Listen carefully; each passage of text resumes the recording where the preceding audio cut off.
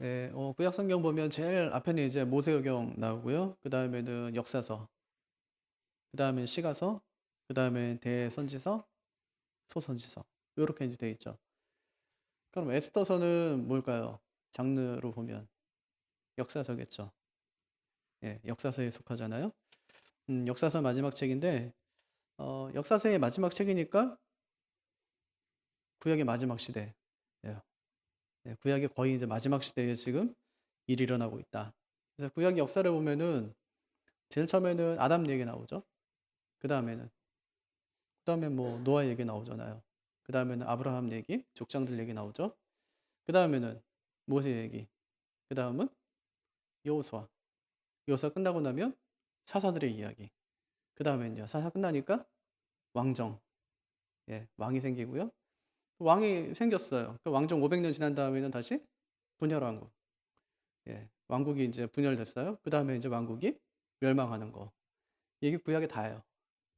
되게 단순하죠. 굉장히 간단한데, 예. 그래서 이런 흐름 속에서 지금 왕국이 멸망한 거예요, 지금. 그래서 북이스라엘은 어디에 의해서? 아수르에 의해서. 남유다는 바벨론에 의해서. 그러니까 지금은 누가 통치하고 있는 시대죠? 에스더선 누가 통치해요, 지금? 페르시아. 바벨론이 이제 끝났어요. 페르시아가 이제 점령했거든요.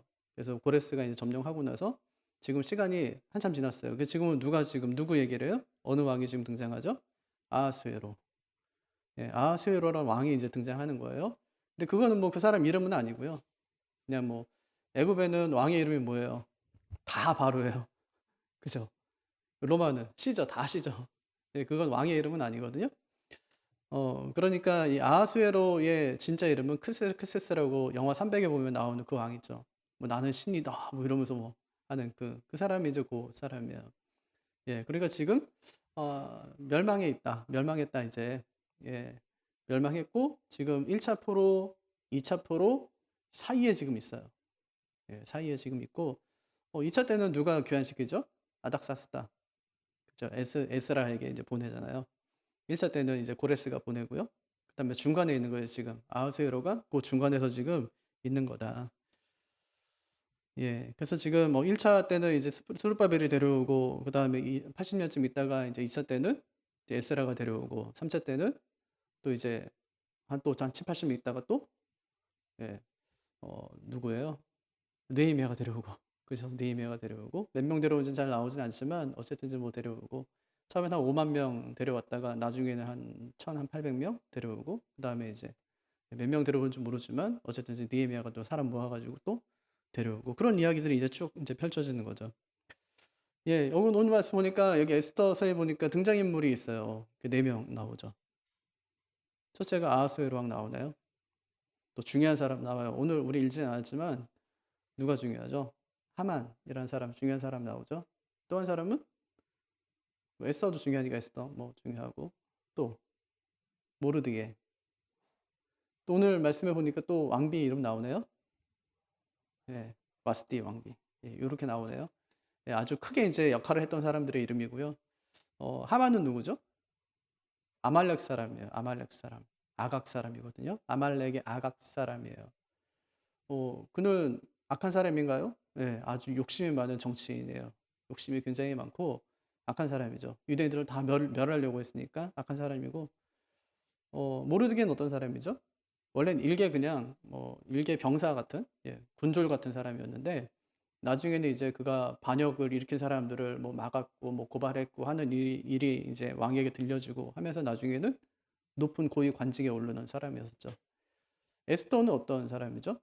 에스더도 뭐 그냥 유대인이었어요. 근데 아주 아리따운 유대인이었고 나중에는 이 아하스웨로의 왕비가 돼서 나중에는 결정적인 순간에 유대인들을 몰살당할 위기에 처한 유대인들을 다 이제 그 위기에서 건져내는 그런 여인이 된 것이죠.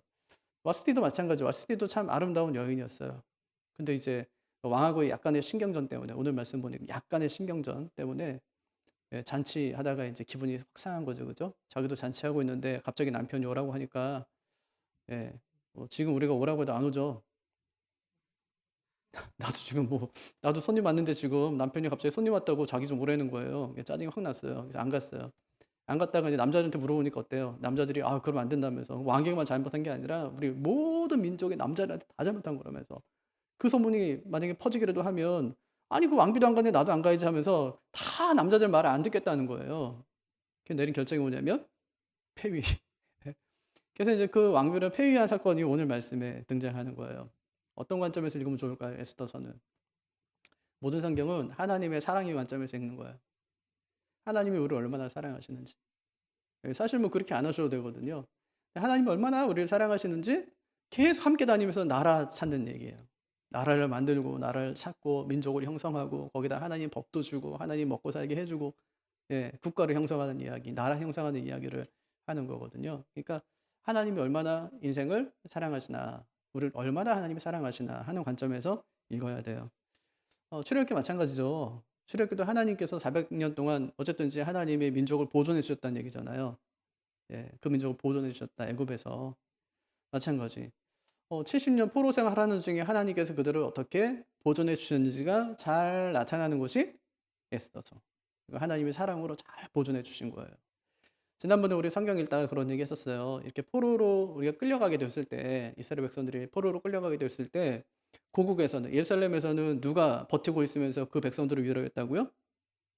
예레미야. 예레미야가 버티고 있으면서 거기서 막 위로하는 거예요. 예. 그리고 그 포로민들 사이에서는 에스겔이 포로민과 함께 있으면서 그들을 위로하는 거예요. 다니엘도 물론 있었지만 그는 왕궁에서예요. 왕궁에서 이제 그 왕과 그 적의 나라잖아요, 사실. 적군의 그 왕궁에서 하나님의 아주 오묘하신 그 섭리 속에서, 진짜 아주 오묘하신 섭리 속에서 그들이 유대인들을 쉽게 버릴 수 없게 진짜 가장 높은 고위직에서 다니엘만 있는 게 아니라 다니엘의 시대가 끝나니까 이제 하나님이 에스더의 시대를 통해서 아하수에로 왕은 되게 난폭한 왕이거든요. 제가 막 길을 가다가 어느 지역에 이제 자기가 어느 지방에 방문을 하는데 막 그때 폭우가 막 쏟아지고 하니까 뭐 물이 막 넘실대고 자기가 건너갈 수 없으니까 채찍 달라면서 채찍을 가지고 내가 누군지 아냐면서 막 강물을 내리쳤던 사람이에요. 자기 화를 주체할 수 없는 그런 사람인데, 그런데 에스더를 통해서 하나님께서 그 민족을 보존하시는 거예요. 그 이후에도 마찬가지예요.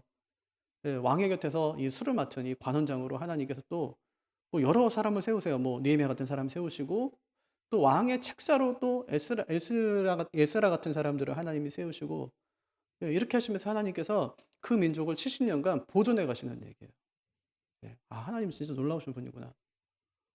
그러니까 남겨진 백성들은 남겨진 백성들대로, 포로로 잡혀온 사람들은 포로로 잡혀온 사람들대로, 또 왕궁에서 하나님께서 놀라운 역사를 통해서 이 포로민들을 붙잡아다가 왕비로도 세우시고 가장 높은 고위직의 총리 중에 3명의 총리 중에 가장 높은 총리로도 세우시고, 왕은 바뀌고 제국이 바뀌는데 그 사람들이 여전히 고용되는 상상할 수 없는 일들을 하나님께 이루어 가시면서 자기 민족을 지금 보존하고 계시다.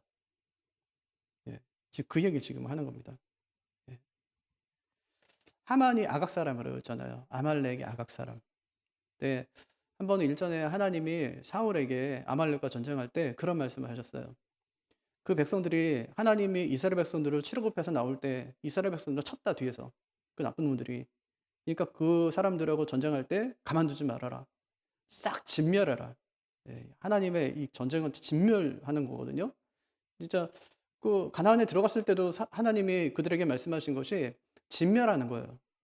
진멸했어야 돼요. 근데 만약에 진멸하지 않아서 생긴 일이 뭐예요? 블레셋 장군이 그때 막 등장한 거예요. 나중에 그래서 막 그 사울왕 또 괴롭히잖아요. 막 골리앗 나오고 이런 게. 그러니까 처음에 그 진멸하지 못한 거예요. 그 사람은 너무 크고 강성하니까 감히 가지 못하고 그냥 우리는 얼마든지 살 수 있으니까. 나중에는 결국에는 그것이 화가 돼가지고 나중에는 그렇게 부메랑으로 돌아오잖아요. 마찬가지. 하나님께서 사울에게 그렇게 말씀하셨어요. 다 죽여라, 진멸해라. 아이까지 싹 다 죽여라. 사울이 순종하지 않아요. 전리품도 막 엄청나게, 전리품에 관심이 막 챙겨오는 거예요. 그래서 하나님께서 나중에 책망하세요. 왜 그랬냐? 그랬더니 하는 말이 뭐예요? 하나님께 제사 드리려고 좋은 거 가져다가. 이렇게 말해요. 그때야 이제 하나님께서 하신 말씀. 순종이 제사보다 낫고 듣는 것이 수양의 기름보다 나으니라. 이렇게 말씀하신 것이죠. 그래서 이제 나타난 게 하만이에요. 그때 진멸하지 못해가지고 등장한 사람이 하만이라는 사람이에요. 이 사람이 나중에 남겨놓으니까 어떻게 하냐면 하나님의 나라를 전복시키려고 하는 거예요. 예, 사탄의 하수인이 돼가지고 그 일들이 사탄이 계속해서 끊임없이 하는 일이 그거예요. 그러니까 사탄이 왜 사울을 붙잡습니까? 사울 왕을 왜 붙잡아요? 왜 사탄이 사울을 붙잡아가지고 왜 다윗을 죽이려고 하죠? 다윗을 통해서 메시아가 오기 때문이에요. 끊임없이 죽이려고 하는 거예요. 15년 동안 계속해서 죽이려고 하는 거예요. 결국 이제 아말렉과의 전쟁에서 사울 왕이 실패하니까 하나님이 그때 사울을 탁 버려요. 너 이제 끝났다 이렇게 해요. 사울을 그때 하나님께서 버리시는 것이죠. 예, 뭐 어쨌든지 뭐 이 에스더서는 그런 연장선에서 이제 볼 수 있어야 돼요. 근데 아이러니하게로 에스더서에는 하나님이라는 단어가 한 번도 나오질 않아요. 하나님의 역사는 이렇게 엄청나게 흐르고 있는데 뒤에서 하나님의 섭리가 엄청 흐르고 있는데 하나님이라는 단어가 한 번도 나오질 않아요. 그래서 칼빈과 루터는 이 책을 폄하하고 아주 구박합니다. 심지어 칼빈은 에스더서를 가지고 설교를 한 번도 하지 않았어요. 근데 에스더서에 하나님이란 이름이 없다고 에스더서가 하나님을 보여주지 않는 것은 아니에요. 그래서 아주 유명한 설교가 중에 또 주석도 이제 쓰신 분인데 매튜 헨리라는 그 목사님이 말씀하실 때 에스더서에 하나님의 이름이 없으면 하나님의 선한 손이 있다 그랬어요. 이름은 없지만 하나님의 선한 손이 있다. 그래서 에스더서는 하나님의 사랑의 관점에서 읽어야 돼요. 페르시아는 강력한 나라죠. 아주 강력한 나라. 그러니까 학자들에 따르면은 아하스웨로가 얼마나 큰 땅을 차지했는지 제가 이제 그 나라들을 갖다 지명 갖다 쭉 찾아보니까 거의 뭐 그 당시에 중동 있잖아요. 터키, 투르키예를 포함한 그 중동 지역 다 전체하고 그 아래쪽에 있는 아프리카 전역이에요. 거의. 그걸 다 차지했어요, 그냥. 그러니까 엄청나고 그 안에 뭐 다 들어가요. 이스라엘 들어가고 다 들어가는 거 그 안에. 예. 인구만 당시 한 2천만 명 정도 됐답니다. 엄청 큰 거잖아요, 이게. 지금이야 2천만 명 뭐 별게 아니지만. 예. 아하스웨가 그 힘을 가지고 잔치를 베푸는 거예요. 근데 우리가 잔치집을 가보면은 그 집의 힘을 느낄 수 있어요. 맞죠? 그 집의 힘을 느낄 수 있다고요. 그러니까 결혼식을 뭐 만약에 한 번 한다, 그럼 수천만이 드는 거잖아요. 음식값만 뭐 그렇게 들잖아요. 요새 뭐 비싸지기도 하고 이제 그래서 많이 들어요. 근데 그거를 하루만 해도 살림이 막 이렇게 휘청휘청 하는데 180일 동안 한 거예요. 그거를 6개월 동안 계속 그 잔치를 한 겁니다. 또 잔치가 딱 끝나니까 그건 원래 지방에 있는 관리들, 뭐 지방에 있는 사람들, 총리들, 총독들 이런 사람들 불러다가 한 잔치고 그거는 딱 끝나고 나니까 이제는 이제 그 백성들을 위해서 잔치를 베풀어요.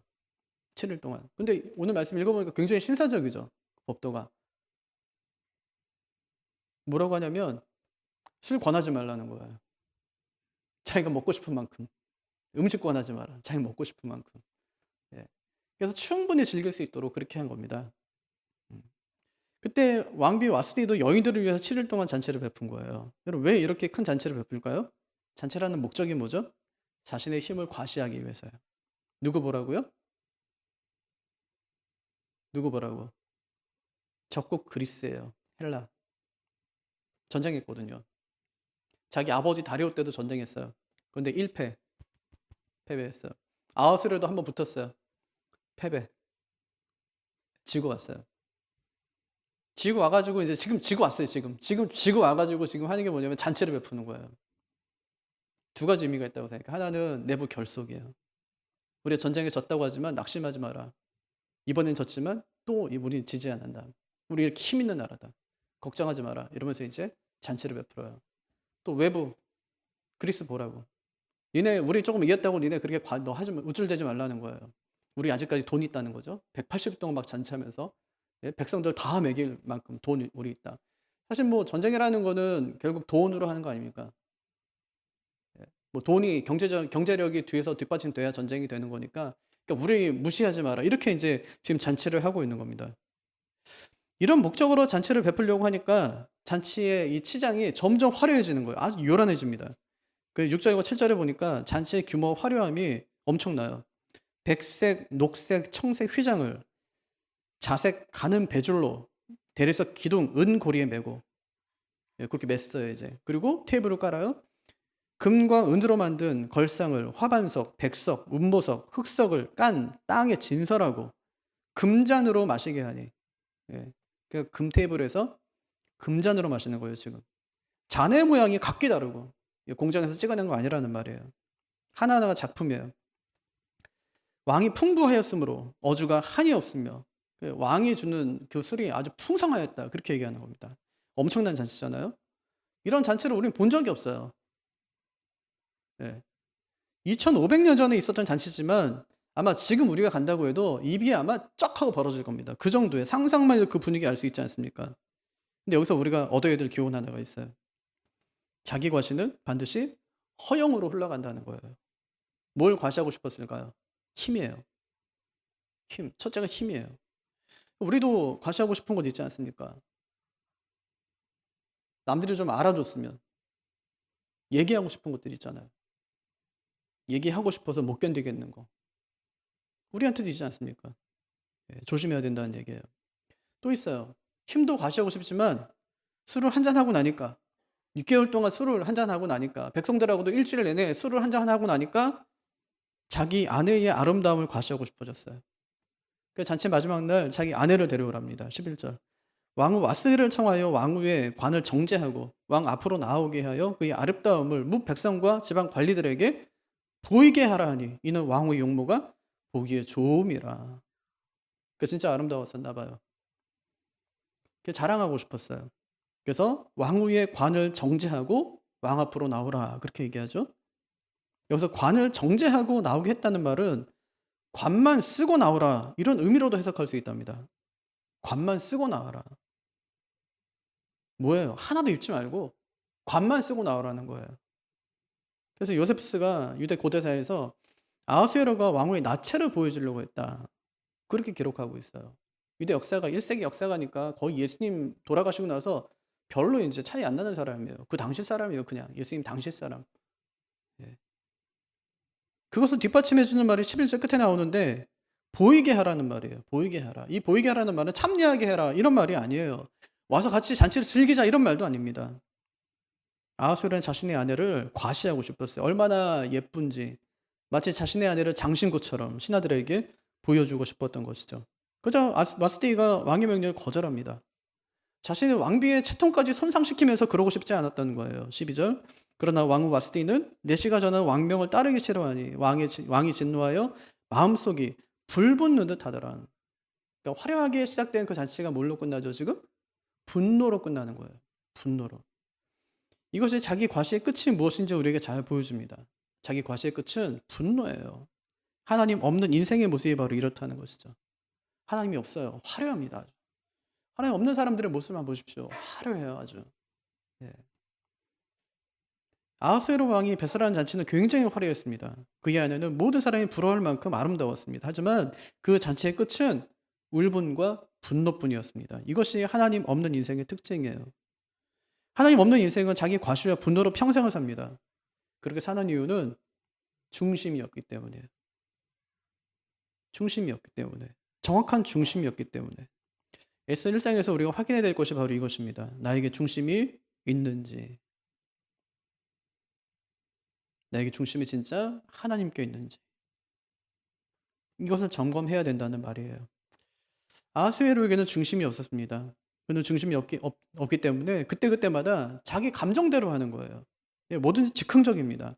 뭐 사람을 뽑는 것도 아내를 버리는 것도 자기 마음대로 그냥 합니다. 원칙이 없습니다. 자기 마음대로 자기가 느낀 감정대로 모든 일을 처리해 갑니다. 결론이 뭐죠? 신하들이 시키는 대로 왕비를 폐위해 버리고 말아요. 그러고 나서 어떻게 할까요? 술 딱 깨고 나니까 후회해요. 곧바로. 그게 2장 1절이에요. 세 번역으로 제가 한번 읽어볼게요. 그러한 일이 있은 지 얼마 뒤에 아하수에로 왕은 분노가 가라앉자 와스티 왕후가 생각나고 왕후가 저지른 일과 그리고 그것 때문에 자기가 조사까지 내린 일이 마음에 걸렸더라. 마음에 걸려 후회가 된 거예요.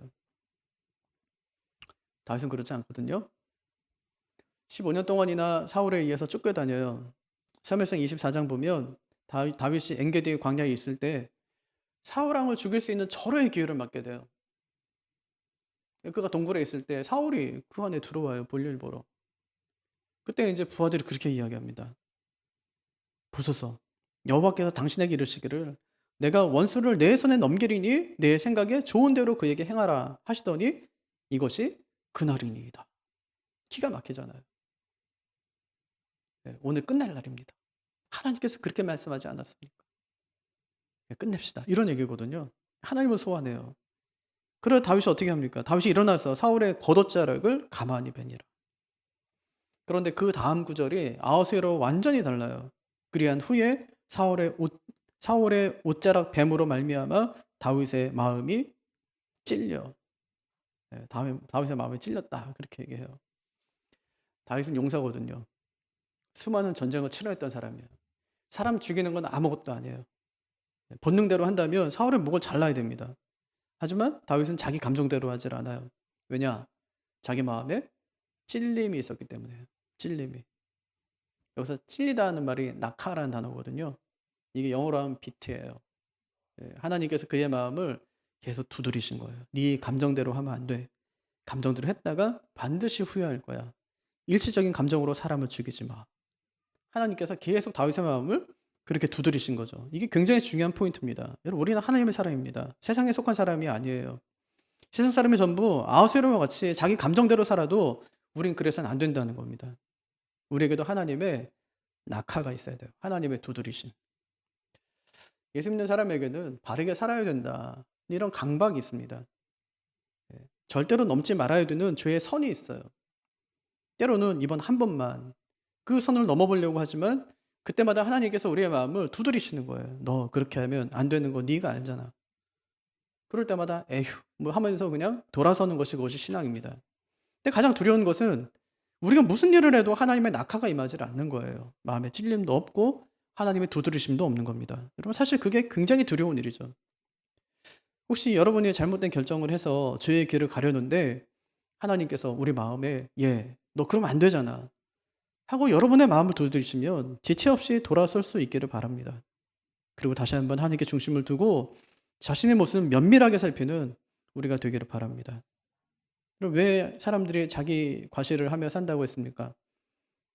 삶의 중심을 자기에게 두고 살기 때문입니다. 그럼 우리는 어떻게 살아야 될까요? 삶의 중심을 내가 아니라 하나님께 두고 살아가야 돼요. 하나님의 두드리심이 있는 그런 인생이 되시기를 바랍니다. 주님의 간섭하심이 있는 그런 인생이 되시기를 바랍니다. 하나님이 우리의 중심이 되어주는 그런 인생이 되시기를 주님의 이름으로 축복합니다.